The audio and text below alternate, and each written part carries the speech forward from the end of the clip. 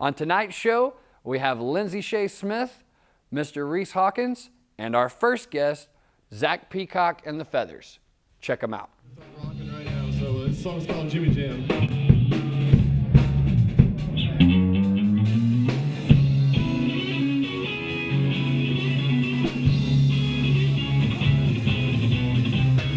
Hey, we're here with Zach Peacock. Mr. Peacock, thanks for being on the show. It's good to be here, man. Tell us a little bit about Zach Peacock and the Feathers. We only picked Peacock and the Feathers because we've tried other band names, you know, and everybody was like, I like it. And then there's 50% of the population like, we didn't like it. And we were like, we didn't like that, you know. We want like a name that just hits hard and has a cool imagery in everybody's mind at all times. And like everybody likes peacocks apparently, you know, Katy Perry did the peacock thing. Every time I tell somebody my name in the party, they're like, you're a peacock. They're drunk or something. You're a peacock. Let me see your peacock. I'm like, mm-mm.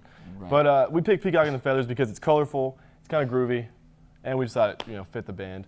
There you go. That's your elevator pitch. Colorful, groovy, and I think it's energetic, lively music. It kind of just embodies what our band's about, you know. That's what we do, man. We're colorful.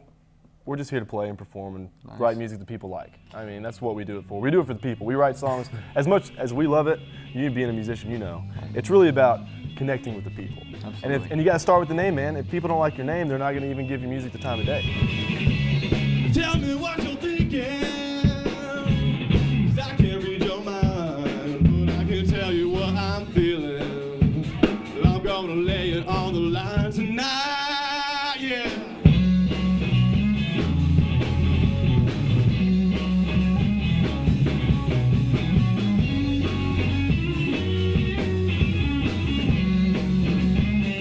All right, so tell me about the song that you're playing for us tonight. I'm really excited about it, and I think it's a great song to kind of start off our show. All right, man. Jimi Jam. We call it Jimi Jam because there was like a point in my life where I did nothing. I had like in my car, I had the Jimi Hendrix Experience in the console thing, and I just never took any Jimi Hendrix out of my car. It was just no, my radio didn't work, nothing. So Jimi Hendrix all day long. So Jimi Hendrix is a big influence, the guitar playing for me and songwriting because he's just a free spirit. Like. He just did what he did, and it was raw, and it was organic, and it was just jamming, and everybody loved it, you know. So I was like, man, I came up to Ben. This was one of the second songs we actually wrote after Capable of Love. I was like, check this riff out. And he was like, I like it. He gave me the beat, and we just kind of built this song. Nice. The lyrics, I was like, I got to say something I'm feeling soulful, you know. So I feel like a fool, but that's not your fault. Kind of alluding to, like, it's not your fault. I feel like a fool. I should have known better than to have messed with you at all. Nice. That's kind of where, like, that's the kind of depth you can find in our lyrics. And I'm not trying to, like, talk myself up, but I say things hoping that people can piece things together with their own imaginations when they're listening. You know, I don't want to have to spell everything out for you. I want to give you imagery. But, like, that song, man, is just, it's strictly like, I met this girl, she broke me down. Like, I've been around the world, never met a girl like her before.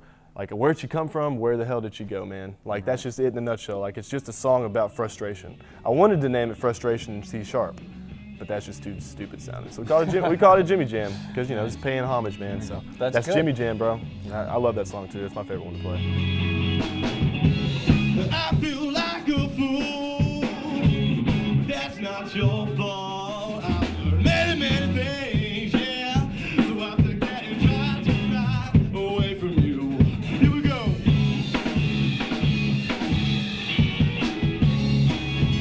I've been around the world, yeah, but I've never met another girl like you before.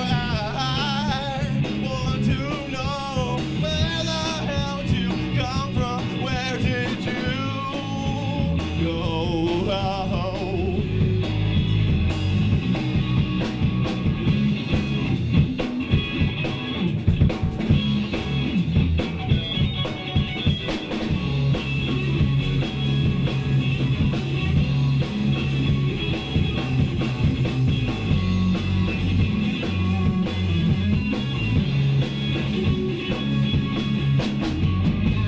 And all that time I spent just lying there alone really got me thinking. I feel like I am in a game. This entire time I felt like my whole life I've been searching for some answers I won't find. Well, tell me about the songwriting process in Peacock and the Feathers. How is that working out? You know, I've been writing songs for a long time, but I've always had some guys with me. You know, I'll sit in my bedroom and write songs all day long, and I'll like get halfway through the song and just be like, I'm at my wall. You know, like I need some collaboration. So my bass player, you guys have probably seen him on stage. You'll see him in the clips. His name's Trevor Harper. Fantastic musician, great guy. I've known him since like kindergarten or something like that. So like I said, collaboration, man. I kind of come up with the concepts for the songs, you know, write the lyrics, whatever emotion I'm feeling. I'm like, all right, we're gonna turn it into a song. You know, we'll pick a key, we'll pick some chords, and we'll just start writing music. And then it gets to the point where I'm like, yo, buddy, Trevor, you know, let's throw me a bass line. Let's flesh this thing out. And another key ingredient to the chemistry is Ben Stone. That guy, one day I was like, hey man, I'm coming over. He's like, I'm there, man. Come over. We started rocking out. We wrote Capable of Love, which is one song we played at Emerging Artists. It's the real like Jack Johnson sounding one. That's what people have said. Sounds like Jack Johnson. But we started with that, and we're like, we need a bass player. We need to keep going, man. This is fun. You know, I enjoy this. So I was like, I know a guy. I said, hey, Trevor, you want to be in a band? He's like, I'm in. So he came up, and we started practicing, and from there on out, we've been a three-piece, just kind of writing songs and rocking out, man. And I come in with an idea. I'm like, Ben, I want this. I'm like, hey, Trevor, what about this? And then we just kind of piece our songs together, and, you know, we just jam it out and write a cohesive piece of music, you know? So it's very cohesive. I mean, all three. It's a triangle. I call it the contributing. triangle of truth. The triangle of truth. You know, with the three-piece, you know, there's like a lot of pros and cons to being in a three-piece band. Yeah. You know, you have me doing vocals and guitar. You have Ben holding down the drums and Trevor holding down the bass. You know, it's very simple, and you can do a lot with it. But at the same time, you have a lot of no room for error, as a matter of fact. You know, you can have a lot of empty space if you're not careful, you know, and it's hard to... It's easy if two guitar players are playing to cover up the mistake of one guitar player, but if one's hanging out there by himself, that could be a long True day, that, right? That's exactly it, man, you got it. And, you know, Ben, you know, a lot of pressure on the drummer. He's a skeleton, you know, it's like Trevor's the muscle, you know, Ben's the skeleton. Number one rule, kicking drummer, kicking band. Exactly, dude. You gotta have your rhythm section. People can't move, you know? That's our thing. We want this. We don't want this to stop, you know? We want bodies to move. I've been around the world, yeah.